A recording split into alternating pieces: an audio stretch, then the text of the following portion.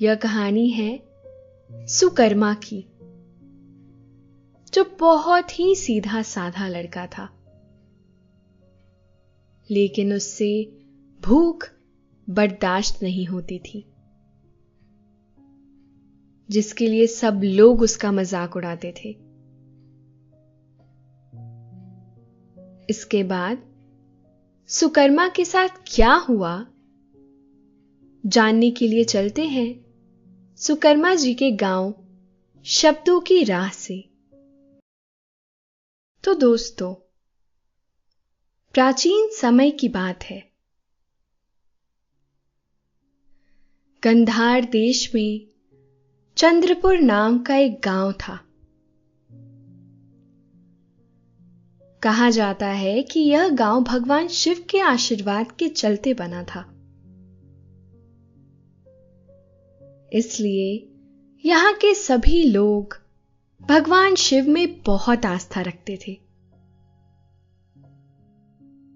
भगवान शिव की भक्ति के चलते सारा गांव सोमवार का व्रत रखता था। गांव में व्रत रखने की परंपरा ऐसी थी कि राजा से लेकर प्रजा तक हर कोई सोमवार को शिव व्रत में हिस्सा लेता। गांव में एक प्राचीन शिवलिंग था, जिसकी मान्यता दूर दूर के गांव में फैली हुई थी।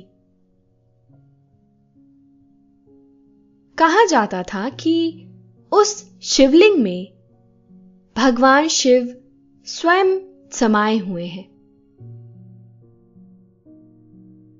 लोग दूर दूर के गांव से यहां आते और पूजा अर्चना करते हुए भगवान शिव के सामने अपना सारा हाल सुनाते। इसके बाद पंडित जी से प्रसाद लेते और खुशी खुशी अपने घर रवाना होते थे। मंदिर की मान्यता ऐसी थी कि दूर दूर से संत, महापुरुष और साधु भी यहां दर्शनों के लिए आते थे। प्रत्येक सोमवार को मंदिर में बहुत ही चहलकदमी देखने को मिलती थी। लोग अपनी इच्छा अनुसार यहां भेंट लिए आते और भगवान शिव से वरदान भी मांगते। इसी गांव में नीलमद और उत्तरा नाम के गरीब ब्राह्मण दंपति रहते थे। गांव की परंपरा को आगे बढ़ाते हुए उनका परिवार भी सोमवार को भगवान शिव के नाम का व्रत रखता था। वे दोनों सारा दिन मेहनत मजदूरी करते और जो भी रूखा सूखा कमाते भगवान शिव को भोग लगाकर ही खाते थे। उनका एक बड़ा ही सुंदर पुत्र था, जिसका नाम था सुकर्मा। गोल मटोल शरीर, मोटी मोटी आंखें, काले घुंघराले बाल और साधारण बच्चों से थोड़ा ज्यादा वजन लेकर पैदा हुए उनके पुत्र सुकर्मा को बचपन से ही ज्यादा भोजन करने की आदत थी। अपनी दूध पीने की आयु में वह साधारण बच्चों से बहुत अधिक दूध पीते थे। उसके माता पिता उसके अधिक भोजन खाने की आदत से अनजान थे। जैसे जैसे दिन बीतते गए, सुकर्मा बड़ा होता चला गया और बड़े होने के साथ साथ वह सारे गांव की आंखों का तारा भी बनता गया। और बनता भी क्यों ना, वह बचपन से ही बहुत भोला और सीधा साधा लड़का था। उसके इस सीधे और सरल व्यवहार के चलते गांव के सभी लोग उससे अपना अपना मतलब निकालते थे। कोई उससे अपने खेतों में पानी डालने को कह जाता, तो कोई गांव भर में दूध बांटने के लिए कह जाता। और सुकर्मा, वो भगवान शिव का नाम लेकर बिना किसी को शिकायत किए सभी का काम कर देता था। सुकर्मा एक गरीब ब्राह्मण परिवार का लड़का था और ऐसे गांव में पैदा हुआ था जहां हर सोमवार को भगवान शिव के नाम का व्रत रखने की परंपरा थी। लेकिन सुकर्मा के चलते ब्राह्मण परिवार में यह परंपरा आगे नहीं बढ़ पा रही थी। इसका कारण था सुकर्मा की भूख। सुकर्मा को भूख बहुत लगती थी, या यूं कहें कि वह भूख बर्दाश्त ही नहीं कर पाता था। जब भी उसे भूख लगती तो पेट में जैसे चूहे कूदने लगते। भूख से उसके चेहरे के हाव भाव बदलने लगते थे और कुछ ही देर में उसकी आंखों में आंसू भी आ जाते थे। इतना ही नहीं, जैसे ही कोई उसके सामने खाने की वस्तु का नाम भी लेता था तो उसके मुंह में पानी आ जाता था। उसे भोजन से इतना प्रेम था कि जब भी उसके खाने का समय होता था वह आव देखता था न ताव, हाथ धोकर सीधा खाने के लिए बैठ जाता था। फिर चाहे भोजन बना हो या ना बना हो,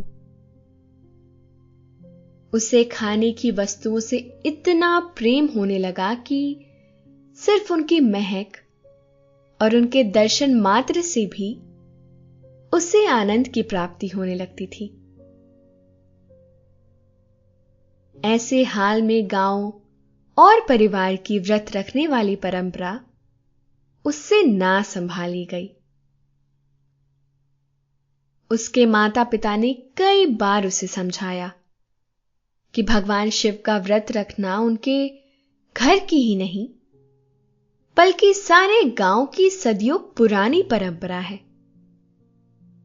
मां ने कहा, बेटा, हम सभी बहुत भाग्यशाली हैं जो भगवान शिव ने हमें इस गांव में जन्म दिया।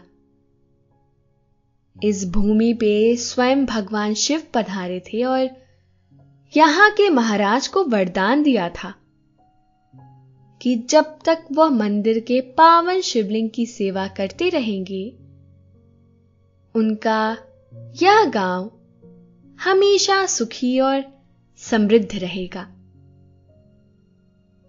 तभी से राजा के साथ साथ सारी प्रजा भी शिव जी का आशीर्वाद पाने के लिए सोमवार के दिन उनके लिए उपवास करती है। इस पर सुकर्मा कहता, लेकिन मां, मुझसे भूखा नहीं रहा जाता।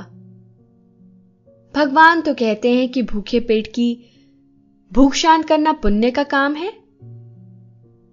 और वैसे भी मां, शिव जी ने तो स्वयं राजा को पवित्र शिवलिंग की सेवा के लिए कहा था। बाकी लोग तो भगवान से कुछ ना कुछ मांगने के लिए भी पवित्र सोमवार का व्रत रखते हैं। इतना सुनकर ही मां ने कहा, अच्छा, तुम ये कैसे कह सकते हो?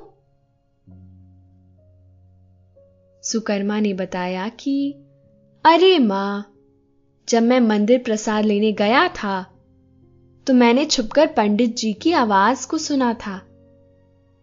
वो पवित्र शिवलिंग से कह रहे थे कि प्रभु, मैं इसी तरह आपके व्रत का पालन करूंगा और आप मुझ पर इसी तरह कृपा करते रहिएगा। मां, ये तो गलत है ना? प्रेम और भक्ति तो निस्वार्थ होनी चाहिए। इनमें तो स्वार्थ का कोई स्थान नहीं होता। सुकर्मा की इस तरह की बातें सुनकर मां उसके तथ्यों के आगे खुद को असहाय महसूस करती है और प्रार्थना करती हैं, भोलेनाथ, इस भूले पर भी अपनी कृपा बनाए रखना। ऐसा नहीं था कि सुकर्मा हमेशा खुद ही भोजन करता था। उसे दूसरों को भोजन करवाना भी उतना ही पसंद था जितना कि खुद भोजन खाना। जब भी वह रास्ते में कोई गरीब या मजबूर भूखा भिखारी या मांगने वाले को देखता तो उसका पेट पालने के लिए हर संभव प्रयास करता। अगर कहीं से खाने का इंतजाम हो जाता था तो ठीक, नहीं तो जंगल में जाकर आम या अमरूद के पेड़ों पर लगे फलों से उन मजबूर मांगने वालों के लिए फल लाता और उनका पेट भरता। हालांकि इस जद्दोजहद में वह अपने लिए भी कई फल बचा लेता, लेकिन जरूरतमंदों के पेट की भूख भी शांत कराता था। इसके लिए उसे गरीब, मजबूर बुजुर्गों से खूब प्रेम और आशीर्वाद प्राप्त होता। वह थोड़ा और बड़ा हुआ तो उसके माता पिता को समझते जरा भी समय नहीं लगा कि उनका पुत्र सुकर्मा बिल्कुल भी भूखा नहीं रह सकता है। इसलिए उसकी मां उसके लिए घर में हमेशा ही कुछ ना कुछ बनाकर ही रखकर खेतों में काम करने जाती थी। दूसरी ओर जब गांव वालों ने सुकर्मा को व्रत वाले दिन यानी सोमवार के दिन भी भरपेट भोजन करते हुए देखा तो उन्हें पता चल गया कि सुकर्मा भूख नहीं बर्दाश्त कर सकता, जिसके चलते अब सुकर्मा की आयु के बच्चे उसके साथ खेलते समय भी उसे चिढ़ाने लगे थे। जब सुकर्मा की माता को पता चला कि उसकी भूख ना बर्दाश्त करने वाली आदत के चलते सारा गांव उसका मजाक बनाता है, उसे तंग करता है, तो मां ने उसे गांव के गुरुकुल में भेजने की सोची, जहां श्री गोरखनाथ जी बच्चों को धर्म और शास्त्र का ज्ञान देते। उनके आश्रम में अनुशासन और संस्कार दोनों ही सर्वोपरि थे। प्रार्थना के समय प्रार्थना, व्यायाम के समय व्यायाम, शिक्षा के समय शिक्षा, काम के समय काम और भोजन के समय भोजन। उनके गुरुकुल के छात्रों की यही दिनचर्या थी। जब मां सुकर्मा को गुरु जी के आश्रम में ले जा रही थी तो सुकर्मा के एक हाथ में आम और दूसरे हाथ में अमरूद थे। गुरु जी ने जैसे ही सुकर्मा को देखा तो देखते ही समझ गए कि वह गांव का वही बच्चा है जिसके भोजन की चर्चा सारे गांव में है। गुरुजी ने उससे पूछा, तुम्हारा नाम क्या है बेटा? सुकर्मा ने आम खाते खाते उत्तर दिया, सुकर्मा। गुरुजी ने पूछा, बता सकते हो कि संसार में सबसे अधिक आवश्यकता किस वस्तु की है? सुकर्मा ने उत्तर दिया, मुनिवर, भगवान शिव द्वारा बनाई गई हर वस्तु ही इस संसार में अति आवश्यक है। किसी के लिए कुछ आवश्यक है तो किसी के लिए कुछ और। जैसे शेर के लिए बकरी आवश्यक है और बकरी के लिए घास। ऋषियों के लिए भक्ति और ज्ञान आवश्यक है और योद्धाओं के लिए शस्त्र। आपके लिए नवीन ज्ञान अर्जित करना आवश्यक है और मेरे लिए यह आम और यह अमरूद। सुकर्मा की बात सुनकर गुरुजी मुस्कुरा उठे और हंसते हुए कहने लगे, इस संसार में उससे भी अधिक है सरल होना। जो सरल होता है उसे हर कोई समझ सकता है और जो कठिन होता है उसे समझना मुश्किल होता है। अरे हां, यह तो मैंने सोचा ही नहीं।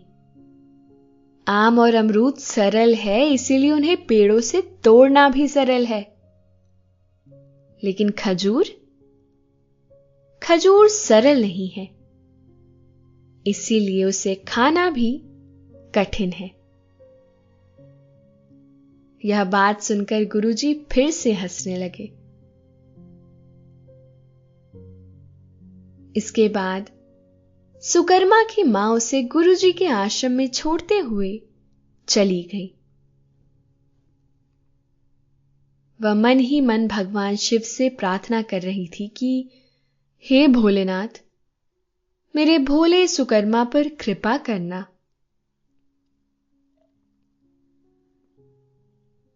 दिन गुजरे और सुकर्मा की शिक्षा आरंभ हुई।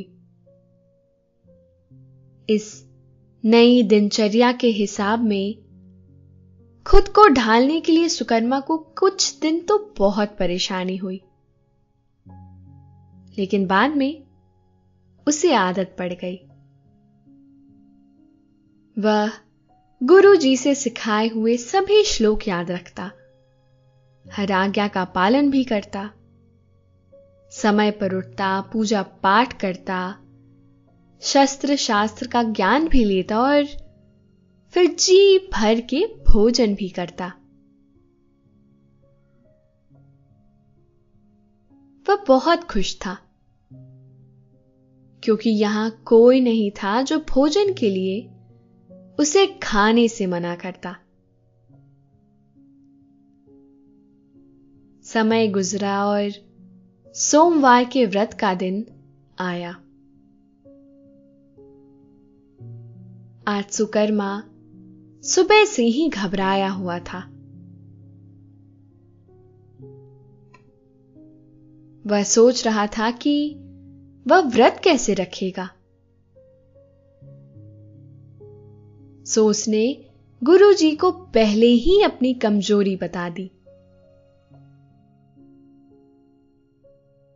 उसने कहा, गुरुजी, मुझे क्षमा करें, लेकिन मैं व्रत नहीं रख सकता,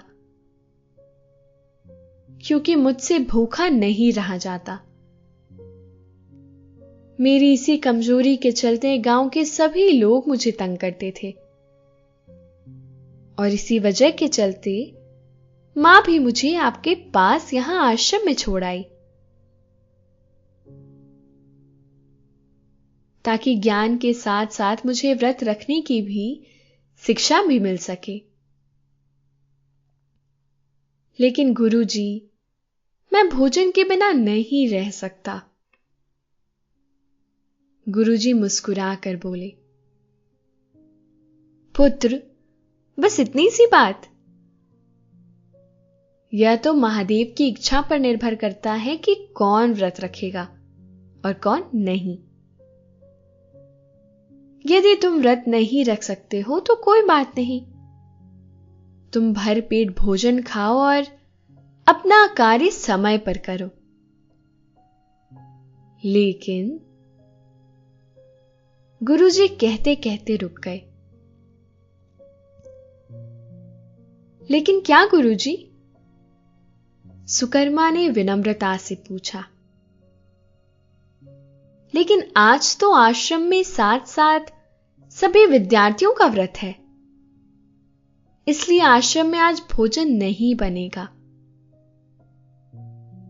अगर तुम्हें भोजन खाना ही है तो तुम्हें अपने लिए भोजन स्वयं तैयार करना पड़ेगा, वो भी नदी के पार जाकर। तुम यहां से राशन आदि ले जाना और नदी के पार भोजन बनाकर जी भर के खाना। और हां, एक बात का खास ध्यान रखना, भोजन करने से पहले महादेव को भोग जरूर लगा देना। गुरुजी ने उसे समझाते हुए कहा। सुकर्मा गुरुजी की बात सुनकर बहुत प्रसन्न हो गया और आश्रम के नियम अनुसार ही कार्य करने में लग गया। चूंकि आज सभी का व्रत था, इसलिए आश्रम में भोजन नहीं बना, जिसके चलते सुकर्मा को सारा दिन भूखा रहकर ही गुजारना पड़ा। लेकिन उसके दिल में इस बात की ज्यादा खुशी थी कि उसे शाम को ढेर सारा भोजन खाने को मिलेगा। सो जैसे तैसे उसने सारा दिन गुजारा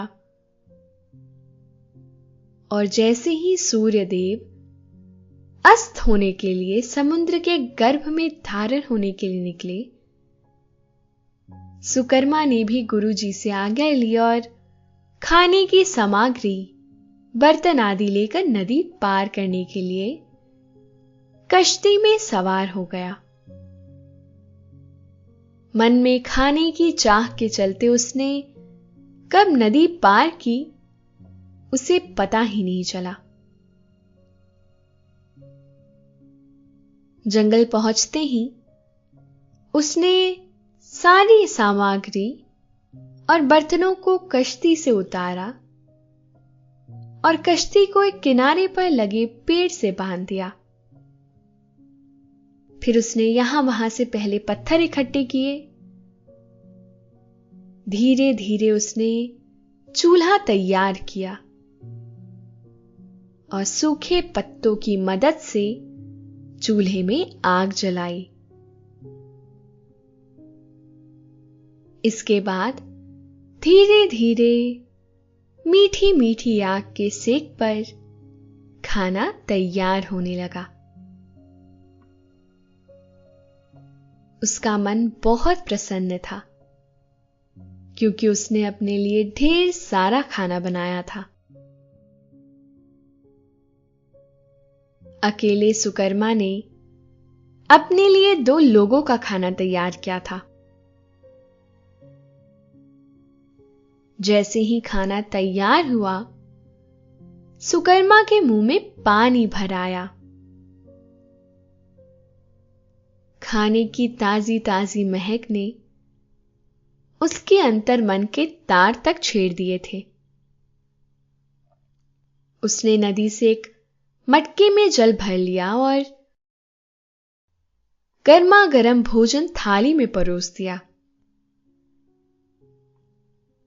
जैसे ही उसने भोजन खाने के लिए हाथ आगे बढ़ाया, उसे गुरुजी की कही बात याद आ गई कि खाने से पहले भगवान शिव को भोग जरूर लगा देना। सुकर्मा ने सोचा, पहले भगवान शिव को भोग लगा देता हूं, फिर मजे से भोजन का आनंद लूंगा। उसने भगवान शिव से प्रार्थना करते हुए कहा, प्रभु आइए और भोजन का भोग लगाइए। उसने दूसरी बार फिर यही प्रार्थना की। तीसरी बार जैसे ही उसने भगवान शिव को पुकारा, भगवान शिव मां पार्वती के साथ उनके सामने प्रकट हो गए। सुकर्मा ने भगवान शिव और मां पार्वती को प्रणाम किया और मन ही मन भगवान से कहने लगा कि प्रभु, यह क्या? मैंने तो केवल आपको ही निमंत्रण दिया था, लेकिन आप मां पार्वती को भी लेकर आ गए। यदि आपको उन्हें लेकर आना ही था तो मुझे पहले ही बता देते। जहां मैंने आपके लिए भी भोजन तैयार किया, मैं उनके लिए भी कर देता। मन ही मन में इतनी बात कहने के बाद सुकर्मा ने सोचा कि अगर वो केवल महादेव को भोजन देगा और मां पार्वती जी को नहीं देगा तो अच्छा नहीं लगेगा। इसलिए उनसे अपने हिस्से का भोजन मिलाकर मां पार्वती और महादेव जी को भोजन करवा दिया। भक्त के हाथों भोजन ग्रहण कर भगवान बहुत प्रसन्न हुए। लेकिन उस रात सुकर्मा को बिना भोजन किए ही रात गुजारनी पड़ी। सुबह जैसे ही वह आश्रम पहुंचा तो गुस्से के मारे किसी से कुछ नहीं कहा। धीरे धीरे दिन बीतते चले गए और अगले सप्ताह फिर सोमवार आया और गुरुजी ने उसे फिर नदी पार करके अपना भोजन स्वयं पकाकर खाने की सलाह दी। सुकर्मा पिछले सप्ताह का हाल जानता था कि किस तरह उसे भूखे ही सोना पड़ा था। इसलिए जैसे ही उसे गुरुजी ने कहा कि भोजन करने से पहले महादेव को भोग लगाना ना भूलना, उसने तुरंत गुरुजी से कहा कि महाराज, इस बार थोड़ी अधिक भोजन सामग्री दे दीजिए। पिछली बार भोजन खाने से पहले मैंने भगवान शिव को भोजन करने के लिए कहा था, लेकिन वो अपने साथ मां पार्वती जी को भी लेकर आ गए थे। उन्हें भोजन खिलाने के चलते मुझे भूखा ही सोना पड़ा था। गुरुजी को लगा कि इस नादान को अधिक भोजन करने की आदत है। शायद अधिक भोजन सामग्री मांगने में इसे संकोच हो रहा है, इसलिए भगवान के नाम पर मांग रहा है। गुरुजी मुस्कुराए और उसे इस बार पहले से ज्यादा भोजन दे दिया। सुकर्मा ने फिर भोजन सामग्री और बर्तनों को उठाया और नदी पार करने के लिए कश्ती में सवार हो गया। सुबह का भूखा सुकर्मा इस बार नई उम्मीद से भोजन पकाने में लगा था। वह मन ही मन सोच रहा था कि इस बार अपने साथ साथ भगवान शिव और मां पार्वती जी के लिए भी भोजन तैयार करूंगा और उनके साथ मिलकर खाऊंगा। धीरे धीरे मीठे मीठे सेक पर भोजन तैयार हुआ। इस बार उसने पहले ही 3 थालियां सजाकर रख ली और खाने से पहले भगवान शिव और मां पार्वती जी से प्रार्थना की कि हे प्रभु, आइए और भोग लगाइए। उसने जैसे ही प्रार्थना की, भगवान शिव प्रकट हो गए। लेकिन ये क्या? इस बार भी भगवान शिव को देखकर सुकर्मा उदास हो गया, क्योंकि भगवान इस बार मां पार्वती जी के साथ साथ अपने पुत्र भगवान गणेश जी को भी साथ ले आए थे। उसने मन ही मन सोचा कि वह भगवान शिव को इस बार शिकायत कर ही देगा कि प्रभु, आपको पहले सूचित करना चाहिए था कि कितने लोगों का भोजन तैयार करना है। फिर उसने सोचा कोई बात नहीं और अपने हिस्से का भोजन इस बार भगवान गणेश को अर्पित कर दिया। इस तरह शिव परिवार को भोजन करवाते हुए उसे इस सोमवार भी भूखे पेट ही सोना पड़ा। अगले दिन वह फिर आश्रम में आया और दिनचर्या के हिसाब से अपने कार्यों में जुट गया। समय गुजरा और फिर सोमवार आ गया। गुरुजी ने फिर उससे नदी पार जाकर भोजन पकाने और खाने के लिए कहा। साथ ही गुरुजी ने कह दिया कि भगवान को भोग लगाकर ही खाना खाना। सुकर्मा जानता था कि किस तरह से उसे पिछली बार भी भूखा सोना पड़ा था।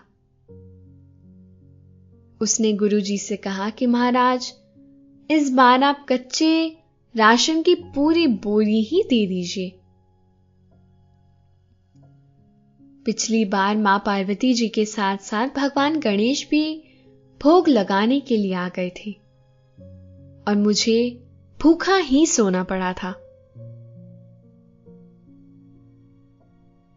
इस बार गुरुजी का संदेह हुआ कि कहीं सुकर्मा भगवान के नाम पर आश्रम का भोजन बाहर बेच तो नहीं रहा। इस संदेह को पूरी तरह जानने के लिए गुरुजी ने सुकर्मा को राशन की बोरी थमाते हुए उसका पीछा करना शुरू कर दिया। सुकर्मा ने राशन और बर्तन कश्ती में रखे और नदी पार करके सारा राशन एक ओर इकट्ठा किया। इसके बाद उसने कश्ती एक ओर बांध दी। इस बार सुकर्मा ने अपना दिमाग चलाया और भोजन तैयार करने से पहले ही भगवान शिव का स्मरण कर उन्हें बुला लिया। जैसे ही भगवान शिव और मां पार्वती प्रकट हुए, सुकर्मा उन्हें देख बहुत खुश हुआ और वे सुकर्मा को देखकर हैरान रह गए।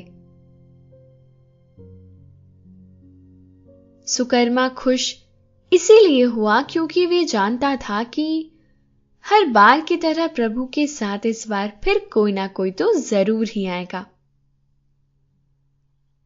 और इस बार प्रभु मां पार्वती, भगवान गणेश, भगवान कार्तिकेय, भक्त नंदी और आदि शिव गणों के साथ आए थे। दूसरी तरफ भगवान शिव जी ने सुकर्मा से पूछा, क्यों पुत्र, इस बार तुमने बिना भोजन तैयार किए ही हमें बुला लिया? जैसे ही भगवान शिव ने सुकर्मा से यह प्रश्न पूछा, सुकर्मा ने बड़े ही भोलेपन से उत्तर दिया, प्रभु, मैं आपको जब जब भी भोजन करने के लिए बुलाता हूं, आप अपने साथ साथ किसी ना किसी को ले ही आते हैं, जिसकी वजह से मुझे समझ ही नहीं आता कि भोजन कितने लोगों के लिए तैयार करना है। इस वजह से मुझे हर बार भूखा ही सोना पड़ता है। इसीलिए आज मैंने आपको पहले ही बुला लिया ताकि आप स्वयं अपने लिए भोजन तैयार करें, खुद भी खाएं और मुझे भी खिलाएं। सुकर्मा की बात सुनकर भगवान शिव मुस्कुरा उठे और सभी से भोजन पकाने के लिए कह दिया। कुछ गण नदी से पानी लाने चले गए और मां पार्वती जी भोजन पकाने में व्यस्त हो गई। भगवान गणेश और शिव जी सब्जी काटने लग गए और नंदी महाराज बाकी सभी का हाथ बटाने में लग गए। सुकर्मा बहुत खुश हो रहा है। गुरुजी सब कुछ देख रहे थे। उन्हें सुकर्मा के अलावा कोई नहीं दिख रहा था। उन्होंने सुकर्मा से कहा, बेटा तुम किससे बात कर रहे हो? यहां तो कोई नहीं है। गुरुजी की बात सुनकर सुकर्मा परेशान हो गया और उसने भगवान शिव से पूछा, प्रभु आप गुरुजी को क्यों नहीं दिखाई दे रहे? गुरुजी तो बहुत ज्ञानी है। मुझे जो कुछ भी सिखाया है गुरुजी ने ही सिखाया है। तब भगवान शिव कहते हैं कि सुकर्मा तुम बहुत सरल हो, इसीलिए हम तुम्हें सरलता से नजर आ रहे हैं। लेकिन गुरुजी ऐसे नहीं हैं। सुकर्मा ने गुरुजी को भगवान की सारी बात सुना दी। इतना सुनकर ही गुरुजी सुकर्मा के चरणों में गिर गए और कहने लगे, सुकर्मा तुम्हारी मुझ पर बहुत कृपा होगी यदि तुम मुझे भगवान शिव के दर्शन करवा दो। गुरुजी को पैरों में देख सुकर्मा की आंखें भीग गई और उसने भगवान शिव से उन्हें भी दर्शन देने की विनती की। भगवान ने सुकर्मा की प्रार्थना का मान बढ़ाया और गुरुजी को भी दर्शन दिए। इस प्रकार सुकर्मा के साथ साथ गुरुजी को भी ज्ञात हो गया कि जीवन में सरल होना कितना आवश्यक है।